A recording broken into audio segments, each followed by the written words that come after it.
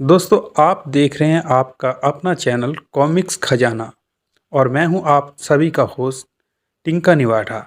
और आज हम जिस कॉमिक्स का मिलकर आनंद उठाएंगे उसका नाम है महानागायण रक्त पर्व द्वितीय खंड।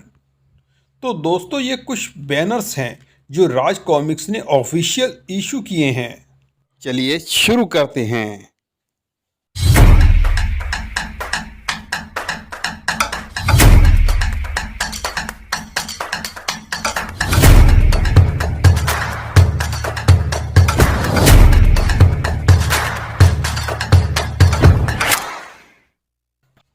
अरे ये क्या है?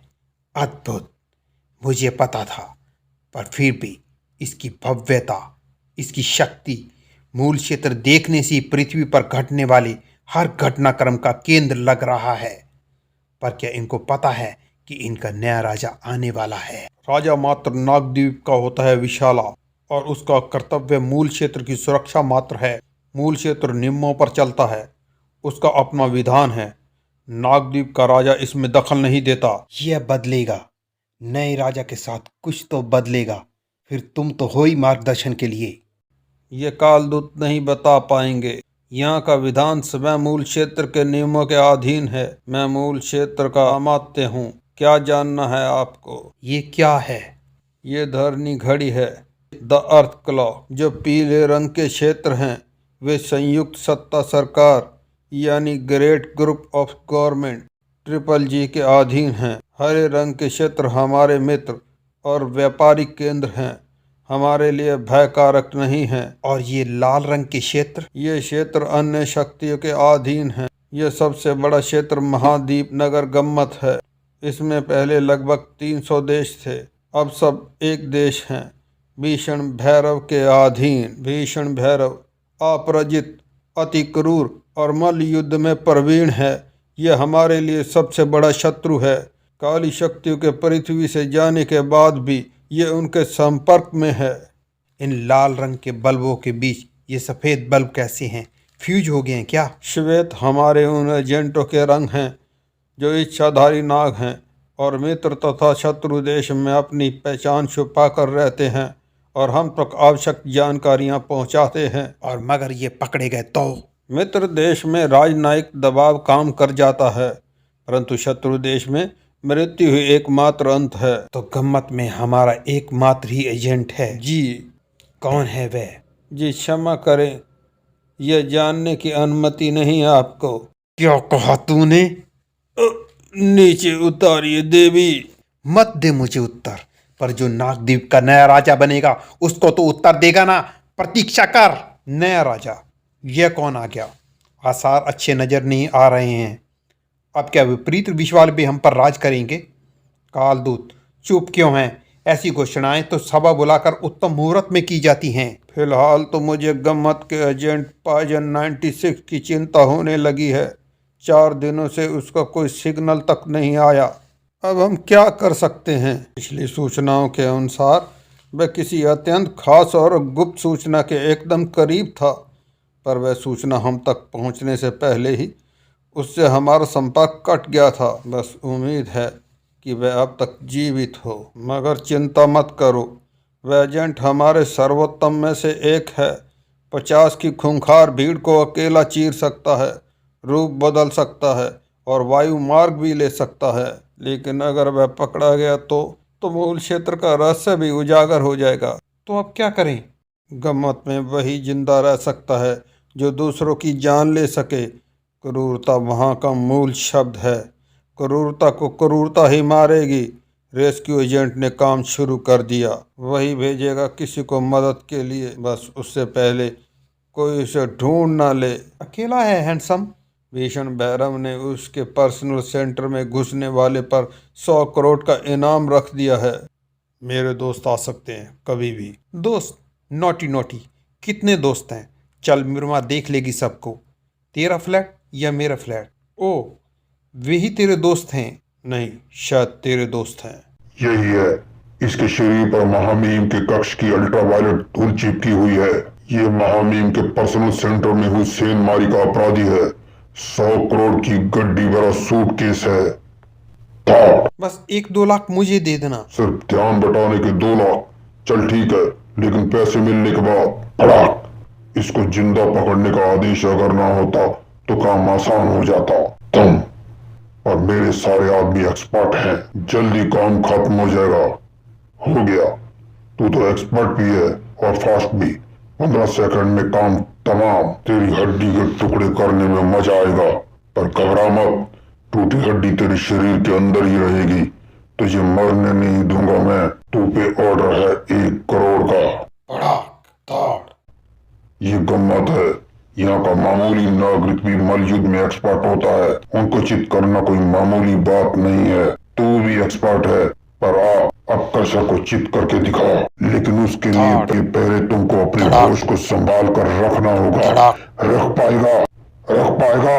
हो गया तेरा काम खत्म। सत्य वचन, तेरा काम खत्म। तो अभी भी होश में है? असंभव, तुझे जिंदा पकड़ने की कोशिश आत्मघाती होगी। अब तेरी लाश नहीं, तेरे चिथड़े भरा फैला जाएगा महामीम के पास। तुझ पर शेडर बीम भी बेअसर रही, इसे तो कोई बैरियर भी नहीं रोक सकता। सब मिलावटी आ रहा है आजकल भाई। तू शायद गलती से अपने बच्चे की लेजर वाली गन उठाकर लाया है। सो जा। तूने अपने तो अपने, मेरे भी 2 लाख गवा दिए गधे। चटा। चुप मूर्ख, देखने दे मुझे कि थ्रेडर बीम से बचने वाला ये कौन। ओह गॉड, ये तो एक नाग है। डटियर, मैं क्रशर, तेरा इच्छाधारी नागों को कुचलने वाला सपना पूरा हो गया। मुझे तेरा शिकार मिल गया। मेघमाला मोड़ पर आ जा। उसका सपना पूरा हो गया। तू सपना देखना शुरू कर ले, अनंत काल तक देखना। जैप। रुक जाओ रास्टर, मेरे साथ आओ। तुम मेरा नाम कैसे जानती हो? कौन हो तुम? कॉलेज 671, और मैं तुम्हारे बारे में बहुत कुछ जानती हूँ। जब तुम भीषण भैरव के पर्सनल सेंटर में घुसे थे तब मैं भी वहीं पर थी। 15 दिनों से घुसने का रास्ता ढूंढ रही थी, पर तुम ना जाने किस रास्ते से अंदर जा घुसे। मुझे पता था कि अंदर जाते ही घुसपैठिया रेडियो एक्टिव डस्ट से नहा जाएगा। मैं उसी से बचने के रास्ते तलाश कर रही थी, पर तब तक तुम अंदर होकर बाहर आ चुके थे। उसके बाद तुम गायब हो गए। गम्मत में तुमको ढूंढना रेगिस्तान में सुई ढूंढने जैसा था। मैंने राज्य के आदमियों को ही फंसाया और सरकारी साधनों की मदद से क्रशर तुमको ढूंढते ढूंढते मुझ तक ले आया। तो तुम उसी क्रशर के साथ हो, मैं जानता था। क्रशर का काम खत्म, क्रशर खत्म। मैं भीषण भैरव की दुश्मन हूँ। हमारी एंटी आर्मी गम्मत को भीषण भैरव से मुक्त कराना चाहती है। शुभकामनाएं। इससे ज्यादा भला मैं और क्या दे सकता हूँ? वह जानकारी जो तुमने भीषण भैरव के पर्सनल डाटा बैंक से चुराई है। तुम वैसे भी उसे लेकर गम्मत से बाहर नहीं जा सकते, लेकिन उस जानकारी से मैं तुम्हारा काम कर सकती हूँ। भीषण भैरव को मार सकती हूँ। मैं गम्मत से बाहर बहुत आसानी से निकल जाऊंगा। तुम जानती नहीं मैं कौन हूँ। मैं जानती हूँ तुम नाग हो। अब तक पूरा गम्मत यह बात जान चुका होगा। क्रशर ने तुमको पहचान कर सबको मैसेज दे दिया है।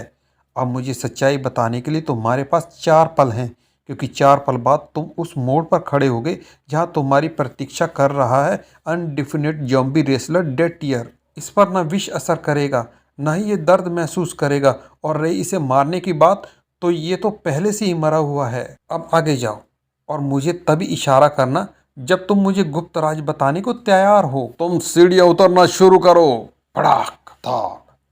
तुम्हारे नीचे उतरने तक मैं इसको वहीं पहुंचा दूंगा जहां इसको होना चाहिए। थम। कब्र में। ज़ॉम्बी को तो वहीं होना चाहिए। तो यह था गम्मत का सबसे खतरनाक रेसलर, जो नाग मानव तक को नहीं बख्शता था, पर आज के बाद ये भगवान से अपने गुनाह कबूलवाएगा। धाड़। चलो अब टाइम काउंट शुरू करते हैं। देखते हैं कि तुम मुझे कितनी देर में बुलाओगे। 1 2 3। ये संभल चुका है।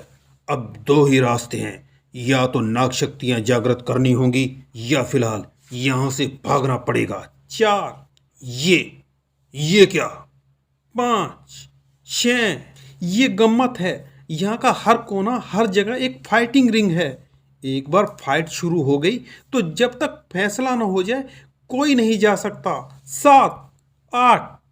अभी भी तेरी सांस चल रही है। बता दे वह रहस्य। 9 10। इस पर कोई वार असर नहीं करेगा। नागरूप प्रकट हो रहा है। मृत्यु शायद निकट है। यह रहस्य मेरे साथ परलोक नहीं जाना चाहिए। बता देना चाहिए रहस्य, पर यह लड़की झूठ बोल रही हो तो। तू कौन है बाइकर? हट जा, ये फाइटिंग रिंग है, जा इसे छोड़कर जा। जाऊंगा, पर इसके साथ जो मुझे मिलता है मेरा हो जाता है, फिर मैं कहीं नहीं जाता। अगर तू इससे बाहर नहीं गया तो ये रिंग प्रोटेक्टर गार्ड्स तुझे। आइवेन, उखाड़ दो। जमीन से उगे इन रोबोट्स प्रोटेक्टर गार्ड्स को। कहिए गार्ड्स, तू तू पागल हो गया क्या? तूने गम्मत का सबसे बड़ा अपराध किया है। मृत्यु दंड मिलेगा तुझे, और वह दूंगा मैं। पर इतना साहस दिखाने वाला तू है कौन?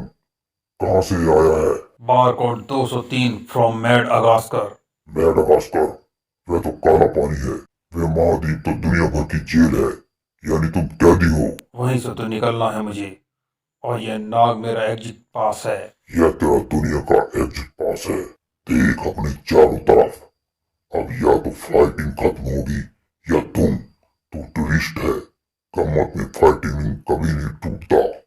एक जाएगा तो दूसरा आएगा। मेरा जॉम्बी रिंग। तू सिर्फ मेड डॉग के दम पर जॉम्बी टीयर को चुनौती दे पा रहा है ना? तो देखा, हम भी एक नहीं कई हैं। सभी के सभी रेसलर जॉम्बी हैं। जब मुझे 50 घेर लेते हैं तो मैं 50 से लड़ने में समय खराब नहीं करता।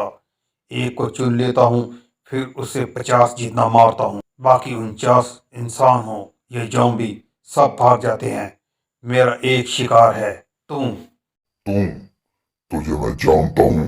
तू डोगा है। मुझे तुझसे नहीं लड़ना। लड़ाई खत्म। अभी फाइटिंग रिंग मौजूद है और नतीजा अभी हुआ नहीं है। मुझे ना दर्द होगा, न मेरा एक भी कतरा बहेगा। तेरे खून के पनाले बहेंगे। और फिर गम्मत की उस फाइटिंग रिंग में क्रूरता की नई मिसालें तय हुई। चारों तरफ से होती जानलेवा वारों को नजरअंदाज करके, शरीर में लगे दर्जनों घावों से बहते रक्त के झरनों को अनदेखा करके अपने चुने हुए प्रतिद्वंदी पर वार किए जा रहा था। प्रतिद्वंदी जिसको ना पीड़ा थी ना जान जाने का डर। प्रतिद्वंदी जो गम्मत के सर्वोत्तम रेसलर में से एक था। एक ऐसे लड़ाके के सामने था जो भय का पैमाना था, आतंक का पर्याय था और क्रूरता की मिसाल था। हड्डी टूटने की आवाजें बंद नहीं हो रही थी। पता नहीं किसकी शरीर की कहां की हड्डियां कड़क रही थी। और जब अपने ही रक्त से नहाया आतंक का रूप डोगा उठकर खड़ा हुआ तो गम्मत के उस फाइटिंग रिंग में सिर्फ एक धड़ पड़ा था। उसके हाथ और पैरों की हड्डियों को तोड़कर पैंट की पॉकेट की तरह पलटकर उसी के शरीर में घुसा दिया गया था, अंतकाल तक इसी अभिशप्त अवस्था में रहने के लिए। ओह गॉड, असंभव। डेड ईयर को फाड़ दिया। ये भीषण भैरव अब इस नाग को नहीं, तुमको ढूंढेगा। भीषण भैरव, उससे भी मिलना है। सुना है वह हर शाम अपने प्राइवेट फाइटिंग रिंग में कुश्ती लड़ता है। सच है, पर उससे कुश्ती लड़े ऐसा गम्मत कौन है? रोबोट, विशाल रोबोट से मल्लयुद्ध लड़ता है भीषण भैरव। डरता क्यों है? पै का अंश तो तेरे अंदर डाला ही नहीं गया है। पर तुम वहां जाकर मरने के अलावा और करोगे क्या? गम्मत से बाहर हमको सिर्फ भीषण भैरव ही भेज सकता है, वरना मृत्यु भी यहाँ से जीवित बाहर नहीं जा सकती। मैं तो मात्र मृत्युदूत हूँ। दिखा अपनी क्रूरता, फाड़ डाल मुझे। अद्भुत मल्ल युद्ध था वह। 20 टन के हत्यारे रोबोट से 2.5 किलो के इंसान का सामना था। सिर के टुकड़े हो रहे थे और सिर फिर पैदा हो रहे थे। भीषण भैरव के अमरत्व के बारे में सुनी गई कहानियां कोल कल्पित नहीं थी और ना ही मन गढ़ंत थे उसकी अमानवीय शक्ति से जुड़े हुए किस्से। इस बात की मोटी चादर में गड्ढे हो रहे थे, पेश ढीले हो रहे थे, शॉर्ट सर्किट हो गया। एक दिल दहला देने वाली गर्जना के बाद 20 टन भारी मशीन के गिरने की ध्वनि ने गम्मत की इमारतों के सारे शीशे चटका दिए। रोबोट ग्लेडिएटर में चीखने का प्रोग्राम तो था, पर उसको प्रयोग में लाने का मौका उसको नहीं मिला। जय महाभीषण, यह तो मरम्मत योग्य भी नहीं रहा। इसको भी सागर में वही जल समाधि दे दो जहां हमारे हाथों से सदगति पाए अन्य सैकड़ों करोड़ योद्धा रोबोट दफन हैं। तुम दूरबीन से सुन भी सकती हो, लिप रीडिंग, होठों की हरकत को पढ़ सकती हूँ। अब क्या करोगे? भीषण भैरव के पास चलेंगे, सिर्फ वही हमको गम्मत से जीवित बाहर भेज सकता है। उसको क्या ट्रेवल एजेंट समझा है? वह सिर्फ एक ट्रेलर बेचता है। मौत का सफर अनंत दिनों और रातों के लिए। भीषण भैरव से हम फिर कभी मिलेंगे, कुछ महीनों या कुछ वर्षों बाद। जब हम वापस गमत में आएंगे, हमारी सहायता वही करेगा। बस हमको इस योद्धा रोबोट की अंतिम क्रिया तक इंतजार करना होगा, क्योंकि हम उसके अंदर होंगे। ब्रिलियंट। जब तुमने कहा था कि भीषण भैरव हमको गम्मत से बाहर भेज सकता है, तो मुझे लगा था कि भीषण भैरव की कनपटी पर गन रखकर उससे यह काम करवाऊंगा। पर अब हम यहाँ से कहाँ जाएंगे? हर तरफ 4 मील तक समुद्र है। मैं संपर्क कर रहा हूँ, हमको लेने यान आ जाएगा। बस हमको सीमा से बाहर जाना पड़ेगा, फिर हम दोनों और मैं। तुम्हारा क्या? तुम्हारा तो घर है गमत। वापस चली जाओ, हमारे पीछे क्यों लगी हो? भीषण भैरव के अमृतों का रहस्य जाने बगैर मैं वापस गई तो बचूंगी नहीं। वैसे भी मेरी मदद के बगैर तुम लोग यहाँ तक पहुँच भी नहीं पाते। डोगा ने कहा, 2 ही जाएंगे तो 2 ही जाएंगे। मैं नहीं जा पाऊंगा। हम एजेंट परास्त होने के बाद जीवित नहीं रहते। हमारा अवसाद ही हमारा विष बन जाता है। मैं शायद यान आने तक भी नहीं बचूंगा। तो मेरा क्या होगा? मैं तो आया ही था यह मानकर कि तू मेरा मैड अगास्कर का गेट पास बनेगा। मरना नहीं, वरना कसम से मार डालूंगा। कम से कम ऐसे तो मत मर। उस सीक्रेट कोड तो हमें बताकर मर। लो, इस पर मैंने पूरा रहस्य लिख दिया है। इस कोड भाषा को सिर्फ वही पढ़ सकता है जिसने तुमको मेरे लिए भेजा है। पर जल्दी करना, 3 घंटे बाद ये यंत्र स्वतः नष्ट हो जाएगा। ओह विदा। ओह मर मत। ओह। यह तो गया और जाते जाते एक पहेली और खड़ी कर गया। हमारे पास जानकारी है पर नहीं है। इसकी मौत मेरे लिए मुसीबत पैदा कर गई। अब यह न समझ लिया जाए कि इसको मैंने मार डाला। वह साबित करना मुझ पर छोड़ दो। मैं इससे रहस्य उगलवाने के चक्कर में इसकी तब से लगातार रिकॉर्डिंग कर रही थी, पर वह सबूत पाने के लिए तुमको यह रहस्य पता चलते ही मेरे साथ शेयर करना होगा। पर तुम्हारे जैसा कुख्यात इंसान इस चक्कर में कैसे फंस गया? मैड अगास्कर प्रिजन आइलैंड में एक डॉन का पीछा करते हुए पहुंचा था, पर वह वहां नहीं था। मैड अगास्कर में घुसना आसान था, निकलना असंभव। मैं एग्जिट के तरीके ढूंढ रहा था। तभी मुंबई से मेयर ने मुझे ढूंढने के लिए मैड अगास्कर के उन्होंने बताया कि ये नागमानव मुंबई के पुलिस कमिश्नर को काट कर गम्मत भाग गया है और मुंबई पुलिस इस नागमानव को गम्मत से वापस लाना चाहती थी। अब मुझे मेयर से एक जवाब चाहिए। बदले में तुम्हें क्या ऑफर दिया गया? मैडागास्कर आइलैंड प्रिजन में बंद एक हत्यारा। क्यों? मत पूछना। मेयर से क्या जवाब चाहिए तुमको? पहले एक था, अब 2 हैं। 2? हाँ। पहला तो यह कि मेयर इस नागमानव की गुप्त भाषा कैसे पढ़ सकता है, और दूसरा यह कि मुझसे झूठ क्यों कहा गया कि इसने कमिश्नर को मारा है, क्योंकि उस कमिश्नर को तो मैंने मारा था। अब तुम जिंदगी भर निश्चिंत बैठ सकते हो। तुमने भीषण भैरव को उसकी मान में घुसकर चुनौती दी है, गम्मत से भागकर उसको शर्मिंदा किया है। वह तुमको जिंदा छोड़ ही नहीं सकता। क्या आदेश है महाभीषण? इनको देखने वाला ये ड्रोन मिनी न्यूक्लियर मिसाइल से लैस है। कहिए तो इसे मार गिराया जाए। इसके पास आपसे संबंधित जो भी डाटा है वह भी यही धुआं बन जाएगा। नहीं, वह डाटा तो अब कई लोगों तक पहुंच गया होगा। ये सुपर स्पीड इंटरनेट है कंगीला। इनको ऐसे मारा तो कायरतापूर्ण कृत्य लगेगा। इस अपराधी डोगा का एक ही दंड है, इसको गम्मत लाकर घूंसों लातों से पीटकर मौत के घाट उतार दिया जाए। यही मल मृत्यु देना हमारी परंपरा है। वैसे भी आजकल मल क्षेत्र से संचालित होने वाले हर देश अपने यानों को मैग्नेटिक एग शील्ड से सुरक्षित रखते हैं। भीषण भैरव की दोनों ही बातें गलत थी। न डाटा बाहर गया था और ना ही उसका हेलीकॉप्टर अभी तक मैग्नेटिक एग शील्ड में था। मैग्नेटिक शील्ड ऑन की। ओह, नागमानव को देखकर होश फाख्ता हो गए थे। पहले कभी देखा नहीं था ना। लो, कर दिया। मैग्नेटिक शील्ड ऑन हुई और पायलट के होश उड़ गए। अरे अरे, नीचे लो कॉप्टर, नीचे लो। क्या हुआ? क्या था?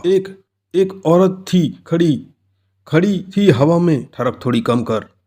अब तुझे हवा में भी औरतें दिखने लगी। किसी को बता दिया तो लाइसेंस से हाथ धो बैठेगा। पर सही कह रहा तुम।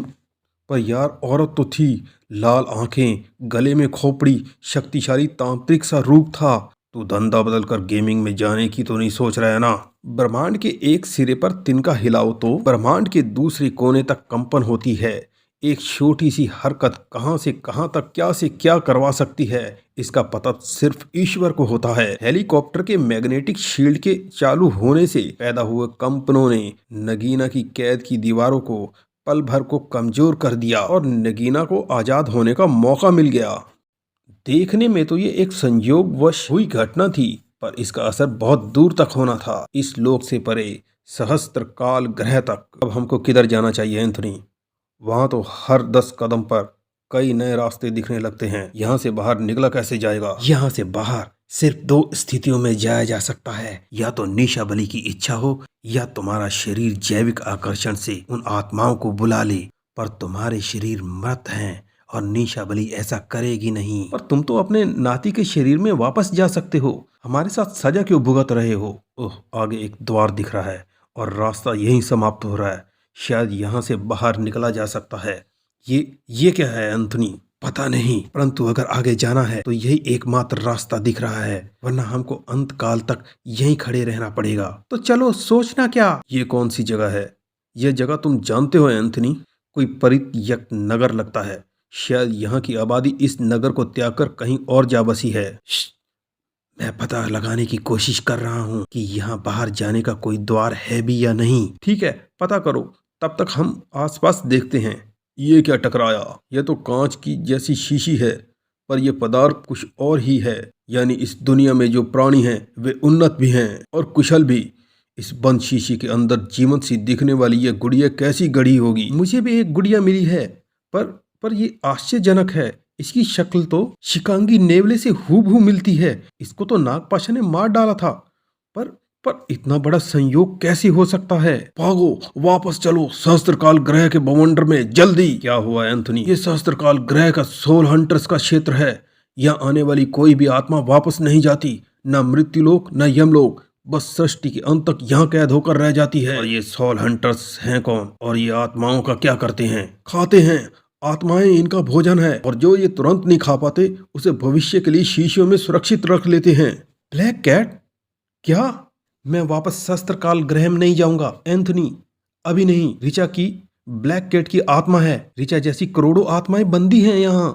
तुम लोग जाओ, अगर गया तो यहाँ से जाने वाली आखिरी आत्मा मेरी होगी। आत्मा हो तुम, तुम्हारे पास कोई शक्ति नहीं है। तुम सब मिलकर एक सोल हंटर को कभी नहीं रोक सकते, और यहाँ पर तो लाखों सोल हंटर्स हैं।